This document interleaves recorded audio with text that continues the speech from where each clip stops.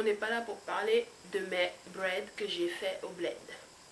Bread, bled, bread, bled, bread, bled. Hey, je vous mets au défi de faire la même chose que moi. J'ai fait mes bread au bled. Bread, bled, bled, bread, bled, bled. Enfin bref.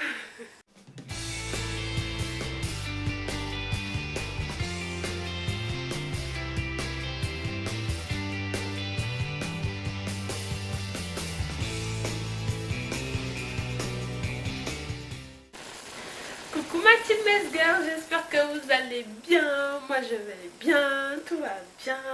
Le monde va mal, mais je vais bien.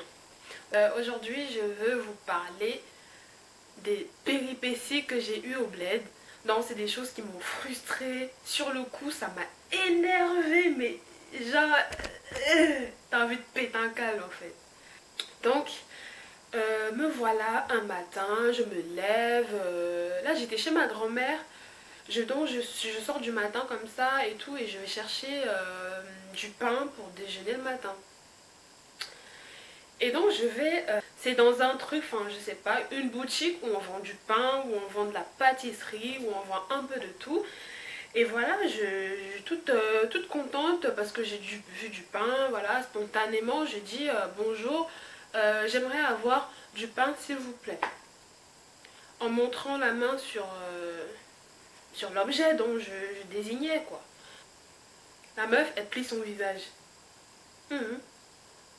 Du quoi? Moi, bah, toute contente, je répète, j'aimerais avoir du pain, s'il vous plaît. Du pain, hein? Mais les pains, c'est quoi? Je fais, comment ça, le pain, c'est quoi? Après, j'appuie encore, j'insiste en montrant mon doigt, ça, je veux ça. Elle me dit, ce n'est pas le pain. On ne dit pas le pain, on dit le pain. Comment j'ai failli m'énerver sur le... Eh, j'avais... Vous savez quand vous êtes énervé mais que vous contenez là. J'avais une bouffée de chaleur qui est remontée tout d'un coup. En fait, elle dit ça, mais c'est pas genre... elle dit ça gentiment pour me corriger gentiment en fait, pour me dire ouais non, ici on ne dit pas le pain mais on dit le pain. Elle a dit ça du genre, mais tu sors d'où toi? Hein? Tu sors d'où? Ce n'est pas le pain, hein? C'est le pain. Ah non, mais ça m'a vexée. En fait, c'est la première chose qui m'a énervée, qui m'a frustrée. Ça, c'est la première chose. La deuxième chose, encore une histoire de pain. Encore un autre matin, me voilà qui sort, machin, de chez ma grand-mère. Je vais chercher du pain. C'était juste à côté de chez moi en fait. Hein. Donc je monte un peu et puis je dis bonjour, est-ce que vous avez du pain? Ils étaient, je crois que là-bas ils étaient plusieurs. Ils étaient un peu plusieurs là-bas. Après la meuf elle me dit du quoi? Je lui dis du pain. Toutes les trois elles disent c'est quoi le pain? C'est quoi le pain? Je dis mais du pain. On dit le pain. C'est le pain que tu veux. Le pain est là-bas. Va chercher ça là. Non, j'ai dit non, c'est pas possible. Ok, là ça fait deux fois. Donc je me dis, ok, c'est quoi là? C'est une remise en question que je dois faire, c'est ça? Je ne peux plus dire du pain, je dois dire du pain. C'est ça qui se passe. Et puis leur façon de te dire ça, c'est insolent, mais c'est une insolence fatale. En fait, ça rejoint un peu ce que je vous disais dans ma vidéo précédente de la première impression du bled. À un moment, je vous dis que euh, les gens quand ils travaillent, en fait, ils sont là que pour l'argent. Le sentiment d'appartenance, ils ne l'ont pas. Le savoir-vivre, vous savez, je sais pas comment vous dire. C'est ça qui manque un peu en Afrique, j'ai l'impression. C'est ce petit côté un peu... le sens de l'accueil. Enfin, le sens de l'accueil le travail. Parce qu'ils ont le sens de l'accueil, mais côté familial, dans leur maison, etc. C'est pas du tout la même chose. Donc, ils ont conscience du contact avec les gens, mais ils sont... Ah! Et ça encore, c'est rien. Je vous réserve la meilleure pour la fin. Donc me voilà toujours un autre jour. Oui, décidément, la bouffe et moi, c'est une histoire d'amour. Donc je vais dans une boulangerie parce que j'avais envie de manger des beignets. Vous savez, des gros beignets là avec du sucre autour. Voilà, c'est ça que j'avais envie de manger. Donc n'est-ce pas, je me fais accompagner, cette fois dans vraiment une boulangerie. Hein. J'arrive là-bas, je dis à la vendeuse, bonjour, c'est combien les beignets? Évidemment, je montre la main sur le beignet. Elle m'a dit, 250. J'ai dit, pardon. Genre, je comprenais rien de ce qu'elle disait parce que elle se parlait à elle-même. Genre, en plus, elle me regarde même pas, elle se gratte la tête, elle regarde en bas. C'est 250. Après, je ne comprends rien. Vous ne comprenez pas. Hein? J'ai dit c'est 250. J'étais en mode.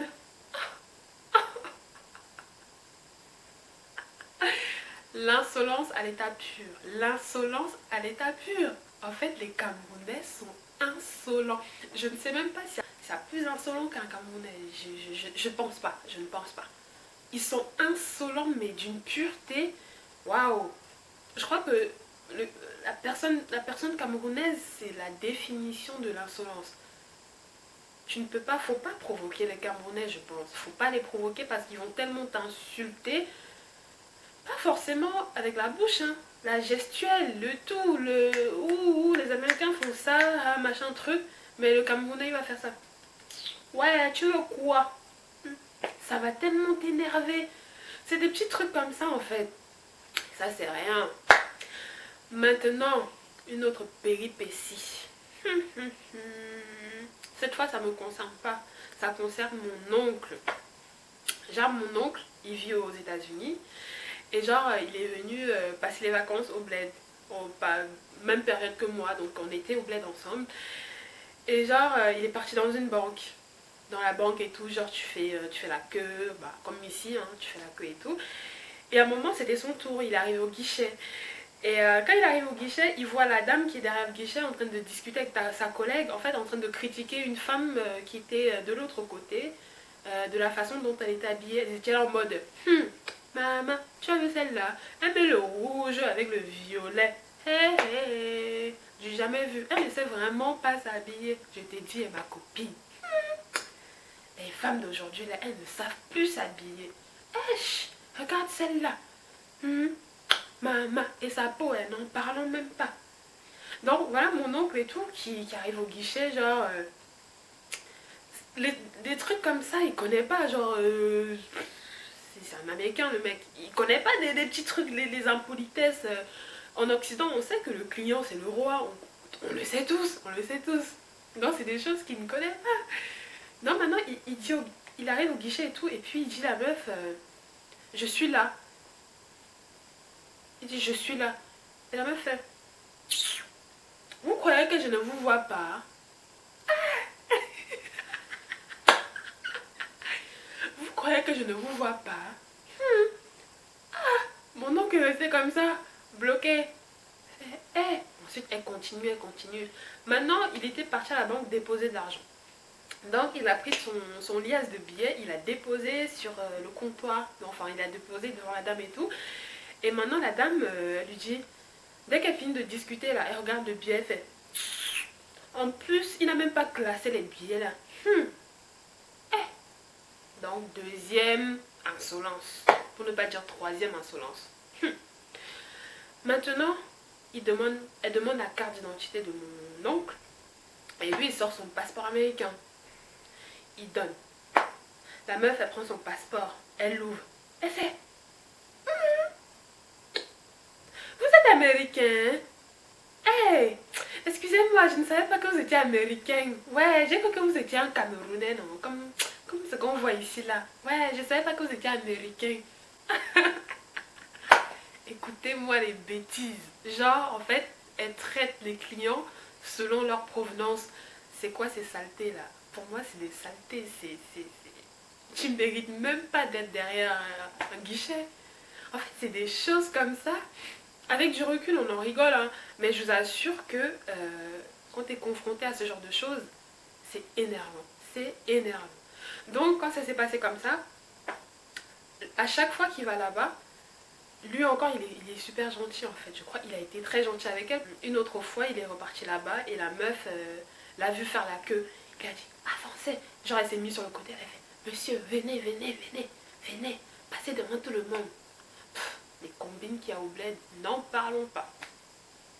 Passez devant tout le monde, venez. Genre, mon oncle, il est venu, il a fait le tour et tout. Et genre, à chaque fois qu'il va là-bas, il lui laisse 3000 francs. Genre, elle est contente et tout. Non, mais ça, c'est juste un truc de ouf. Maintenant, voici alors le must des musts. Donc, le truc qui m'a tué. Le truc qui m'a... Vous savez, je veux un peu vous dire, je suis quelqu'un qui se conserve beaucoup. C'est-à-dire que en public, quand je suis énervée, ça va peut-être se voir sur ma tête que je suis énervée, mais je ne vais pas me révolter, je ne vais pas commencer à crier, je ne vais pas commencer à parler fort, des trucs comme ça, c'est vraiment pas mon délire. Mais alors ce jour-là, je peux vous dire que ce jour-là,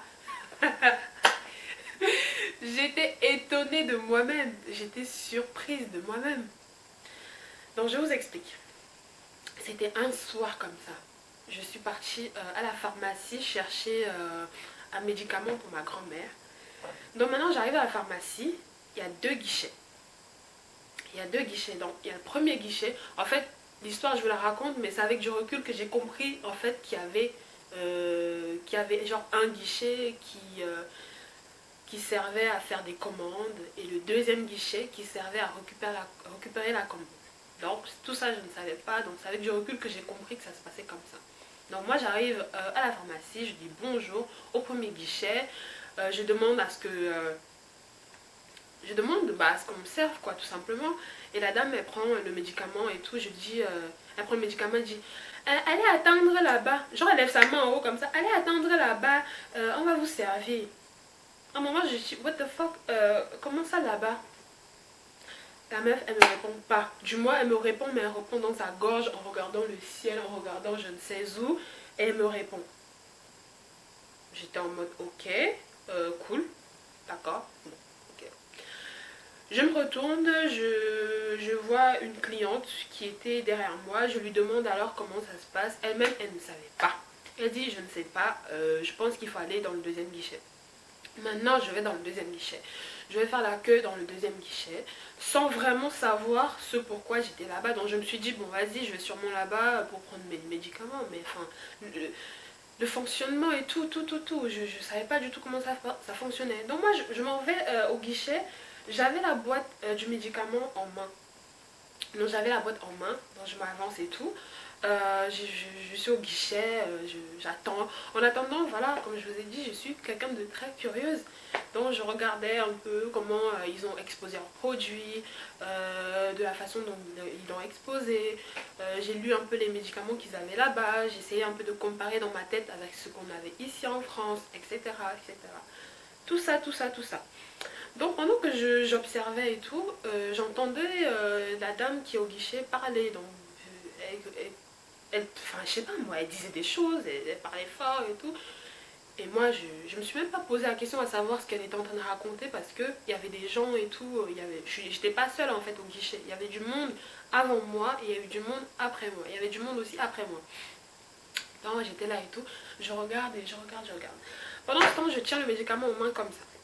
J'avais le médicament, enfin je sais pas moi, on va prendre ça pour le médicament. J'avais le médicament en main comme ça, donc j'observais, dans ma tête ça travaillait, je me disais ah c'est bizarre dans ma pharmacie, c'est plutôt comme ça, machin. Ah ils ont des Doliprane ici, c'est quel genre de Doliprane, des genres de... Je partais en live dans ma tête quoi, j'étais en live, j'étais en concert privé dans ma tête. Donc quand j'étais en train de réfléchir, et puis à un moment quand je finis mon concert privé dans ma tête, j'entends ah elle est là. Après, je sais pas, curieusement, je tourne ma tête vers la caissière et puis je la regarde. Elle me dit, vous rêvez ou quoi? Eh, hey, non, j'ai dit non, c'est pas possible, c'est pas moi qu'elle parle comme ça. Après, j'ai dit, pardon. Genre, je cligne des yeux, je dis, pardon. Vous rêvez ou quoi? Hein? Depuis tout à l'heure, je vous appelle. Vous êtes là, vous n'entendez même pas ce que je vous dis. C'est quoi ça? J'ai du Starfly. Alors là, faut pas me chercher. Hein. Ça va 2 secondes, mais faut pas me chercher. La fille, je l'ai insultée. Je l'ai insultée. Hein. Je l'ai tellement insultée. En fait, j'en revenais pas en fait qu'elle me parlait comme ça. Je n'en revenais pas. J'étais sur un choc, mais au max. J'étais au max. J'en revenais pas qu'elle me dise ça. En fait, j'aurais même préféré que elle ne dise rien, qu'elle me serve et que genre avec sa collègue, elle essaye un peu de parler ça, de dire que je rêvais en mode messe basse. Là, j'aurais pas réagi. Mais en fait, qu'elle me dit en live et plus fort. Et puis avec ses expressions du visage, elle faisait des manières. Vous rêvez ou quoi? Oh, mais tu parles à qui? J'étais en mode, mais vous parlez à qui comme ça là? Vous croyez que je suis qui là? Vous me parlez comme si on était des amis, vous rêvez ou quoi? Ce qui m'a énervé dans son vous rêvez ou quoi? C'est le R là. Le R, la meuf elle a roulé le R comme si c'était vous rêvez ou quoi? Non, moi ça m'a trop fait mal. Non, moi je ne réponds jamais aux gens, mais alors là, je l'ai lavé. Je l'ai lavé. Cette pétasse là. Oui, oui, c'est une grosse pétasse. Je dis bien, c'est une grosse pétasse. Je l'ai bien lavée. Parce qu'en fait, les gens, quand ils sont au travail, on dirait qu'on les force à travailler. Si tu ne veux pas travailler, ma chérie, ouf, go, go, go, go, go, chômage, go, chômage. En plus, tu sais très bien si tu es au chômage, tu vas toucher 0 francs. Mais je sais pas, essaye d'être agréable avec les clients. Tu ne me connais même pas. C'est la première fois que je viens à la pharmacie. Je ne sais même pas comment le système se passe. J'ai pris la peine quand même de demander au premier guichet comment ça se passait. L'autre, elle a répondu, elle s'est tapé la tête, elle a gratté son cerveau. Et puis elle a regardé en l'air, elle a parlé, je n'ai rien compris. Et quand tu dis, au bled, quand tu dis pardon, genre t'as pas compris ce que la personne a dit, ça devient la guerre. J'ai dit que gna gna gna gna gna. Mais en tout cas, la pharmacienne là, elle se souvient, je dis même pharmacienne, la caissière là, elle s'en souviendra de moi bien même. Parce que quand j'ai crié comme ça là, elle m'a regardé du genre, ah ça se voit que toi tu n'habites pas dans ce pays. Parce qu'il paraît que quand les caissiers parlent mal aux gens, les gens bah, ils acceptent parce qu'ils sont habitués à voir ça en fait. C'est dans les mœurs en quelque sorte. Mais moi c'est pas dans mes mœurs. Et même si un jour je suis amenée à vivre au bled, jamais, jamais, au grand jamais, je me ferai parler comme ça. Mais jamais. On me demande si je rêve. Oh, un client, tu demandes au client qui grâce à lui, tu as un salaire à la fin du mois, tu demandes si le client rêve. Mais attends, ça veut dire qu'en fait, toi, t'es pas allé à l'école. Tu peux pas parler à un client comme ça. Et moi, je parlais comme ça, les gens me regardaient comme ça en mode faut pas me regarder comme ça. Faut pas. Non, la meuf, je l'ai lavée quand même. Je l'ai bien lavée. Quand je suis sortie, j'avais chaud. J'avais chaud au corps tellement je... Quand je vous dis, hein, les Camerounais sont très insolents. Très insolents. C'est le mauvais côté du Cameroun. Hein, le vrai mauvais côté du Cameroun. Mais en tout cas, c'était... mais je veux pas dire que c'était une story time parce que je dirais plutôt ça. C'est des péripéties. C'est des péripéties. Ce sont des petites histoires qui se sont déroulées pendant mon séjour. Donc c'est pas... il n'y avait pas mort d'homme. C'est vrai qu'il n'y avait pas mort d'homme, mais le manque de respect envers un client, c'est grave. Parce que c'est l'image de l'entreprise en fait que tu rejettes. Parce que moi, la prochaine fois, est-ce que j'aurai envie d'aller dans cette pharmacie-là? Non, puisqu'il y a une pharmacie juste à côté. C'est juste qu'elle était fermée. Mais la prochaine fois, je vais à côté. Et si la prochaine fois, la pharmacie qui est à côté de chez moi est fermée, j'irai chez elle. Quand je vais aller chez elle, et si elle me paraît encore mal, je lui dis, écoute, c'est moi qui étais là la dernière fois. Donc tu me parles comme tu m'as parlé la dernière fois. Donc il faut me servir. Comme ça, le respect. En tout cas, je vous invite fortement, si vous êtes Camerounais et que vous vivez en Occident, allez au bled, c'est un truc de ouf. La mentalité, c'est un truc de malade. C'est un truc de malade. Évidemment, c'est pas tout le monde qui est comme ça. C'est vraiment pas tout le monde qui est comme ça.